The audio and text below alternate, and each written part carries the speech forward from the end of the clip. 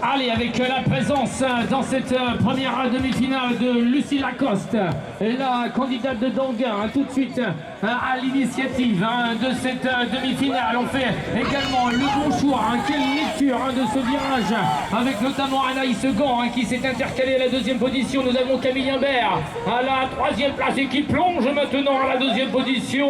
Voilà, Camille Imbert, Anaïs Gant à la troisième position, et ça revient également avec le numéro 41 de Azilis, le dref du CC du Blavet qui, je pense, va se qualifier donc pour la grande finale. Je te le confirme, Mathieu, deuxième demi-finale de la catégorie des femmes 17-24 ans qui vient de starter, qui vient d'être lâchée ici avec Morgane Delalonde, la pilote de Bolbec, Nointo qui est bien sortie, Mallory Urbani également est bien sortie de la grille et elle a pris la roue arrière de la pilote de Bolbec, Morgane Delalonde, Mallory Urbani pour les deux premières positions. Maureen Ouin de Annecy BMX Club est actuellement en troisième place. Il reste un nom à connaître pour la grande finale de ce challenge national. Ce nom, ce sera Lou Pilar.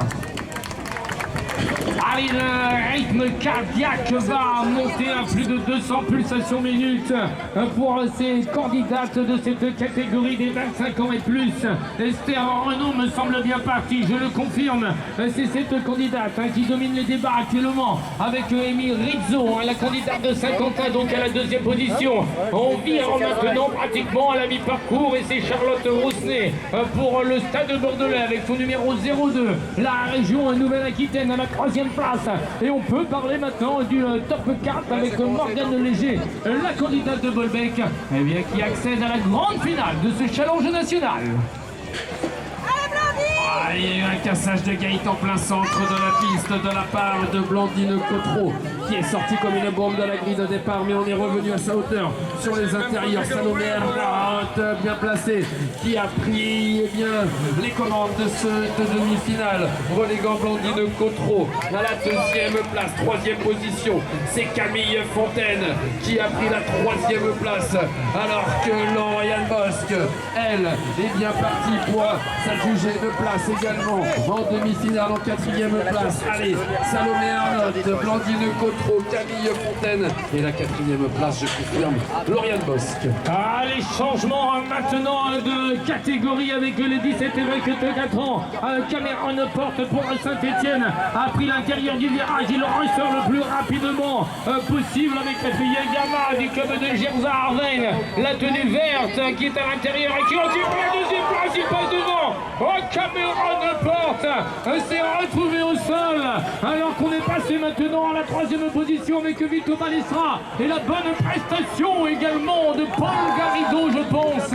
Paul Garrido. Les gens à Saint-Etienne, Cernay, Val BMX et Estrée BMX sont représentés. C'est les couleurs de Montmélian BMX et Ilan Delemont qui est bien sorti de cette grille. Ilan Delemont qui emmène tout le monde dans la deuxième ligne avec à la deuxième place Logan Lemorgne. Alix Cerisier est à la troisième position. Quelle trajectoire dans le deuxième virage de la part de Maxime Dehorne. Maxime Dehorne à la troisième position, ça s'accroche. Il y a un pilote qui va en profiter. C'est la plaque 28 de Mathis Fernandez. Allez, première demi-finale de cette catégorie des 25 et 29 ans avec Maëlle Levet complètement à l'intérieur qui parvient pour l'instant à prendre l'initiative et on se passe tout de suite dans le rythme imposé par son leader avec Loris Grette, la tenue fluo jaune qui occupe la deuxième place. Il y a Thibaut Dupont également en embuscade à la quatrième place. On est bien installé avec notamment Alexandre Curon à la troisième position. Ça va être compliqué, ça va être compliqué d'aller chercher ces quatre candidats, même si Teddy Fano aura tenté, mais je pense qu'il termine à la cinquième place. Allez, c'est reparti pour la deuxième demi-finale de la catégorie des hommes 25-29 ans. Et quelle sortie de grille de Jonathan Ricourt, le pilote de Vitrolles Vélo Club BMX est fort, très fort dans la première ligne à la deuxième place. On va retenir Pierre Jarry du club de Chantepie, alors que derrière, eh bien, Julien Lucky vient de nous régaler par ses trajectoires. Troisième position, Nicolas Piedzanowski. Et c'est Monsieur Lucky qui va aller chercher la quatrième et dernière place pour la finale des hommes. 25-29. Allez, c'est déjà reparti, mesdames et messieurs, dans les premiers mètres de cette piste, dans cette arène de BMX du parc des expositions de la ville de Nantes. Et c'est monsieur Thibaut Chauvin, le pilote de Chameil, qui a pris la tête des opérations avec Charlie Gaillard à la deuxième place. Allez, on rentre maintenant dans cette rythme session avec Kevin Delporte, si j'ai bien vu, je le confirme. Il occupe la troisième place, il y a monsieur Dorval également. Oui, monsieur Dorval, pour jouer les tours à la troisième position, et Kevin Delporte qui doit tenir la quatrième place. Oh, ça aurait été chaud, hein.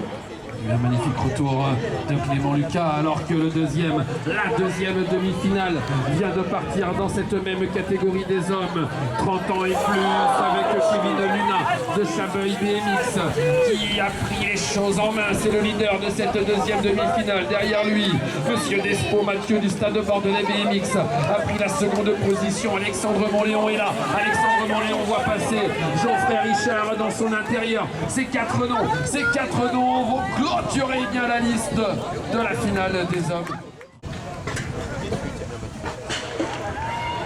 Allez, c'est parti pour cette première demi-finale de ce championnat de France. Et Clara Rouget de Descartes BMX avec son numéro 57 a été vraiment la plus rapide dans cette première partie de piste. Et c'est Mila Monanteuil pour le Luc BMX qui tente d'attaquer car elle occupe actuellement la deuxième position. Et derrière ça se positionne avant d'engager ce dernier virage avec Louise de Potier à la troisième position. Et la candidate qui porte le 82, c'est Bérénice donc Favre pour Pont-Évêque qui prendra place tout à l'heure en grande finale. Allez, deuxième demi-finale dans la catégorie des cadets. Est-ce que Lola de Oliveira va réussir à sortir une belle première ligne? La belle première ligne, elle est pour Anaïs Garnier, la pilote de Saint-Avertin Sport BMX, avait passé le guidon devant. Et c'est elle qui s'envole dans cette deuxième ligne. À la deuxième place, Lola de Oliveira qui est rétrogradée maintenant à la troisième position, car Romy de Morde, ou plutôt Méline Vidélo, est venue s'intercaler à la deuxième position. Anaïs Garnier, Méline Vidélo, Lola de Oliveira est la quatrième. La quatrième pour la grande finale. On parlera de Inès Alzingre.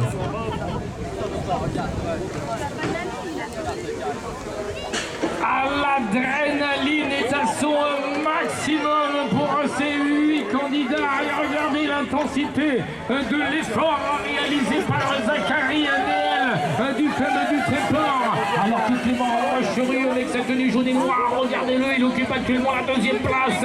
On se penche complètement pour prendre le bon appui dans ce virage avec une troisième position. C'est Nathan Maserati. Mathieu vient de faire une erreur alors qu'il tentait de prendre la quatrième place. Et on tente de revenir avec Basile Ansar-Lérac. Basile Ansar-Lérac peut-être avec un dernier coup de rein. Allez, dernière demi-finale de ce week-end de BMX ici, avec quelle sortie de grille de Zion Lemay. La technicité propre, une tactique technique, il y a tout ce qu'il faut chez ce pilote d'Annecy. À la deuxième place, c'est Mathéo Faure qui a pris la roue arrière du pilote d'Annecy à la troisième position. C'est Arthur Bretin-Monard, ou plutôt Valentin Meunier. Arthur Bretin-Monard sont bons pour la qualification. Et c'est malheureusement la plaque 51 de Jules Torres.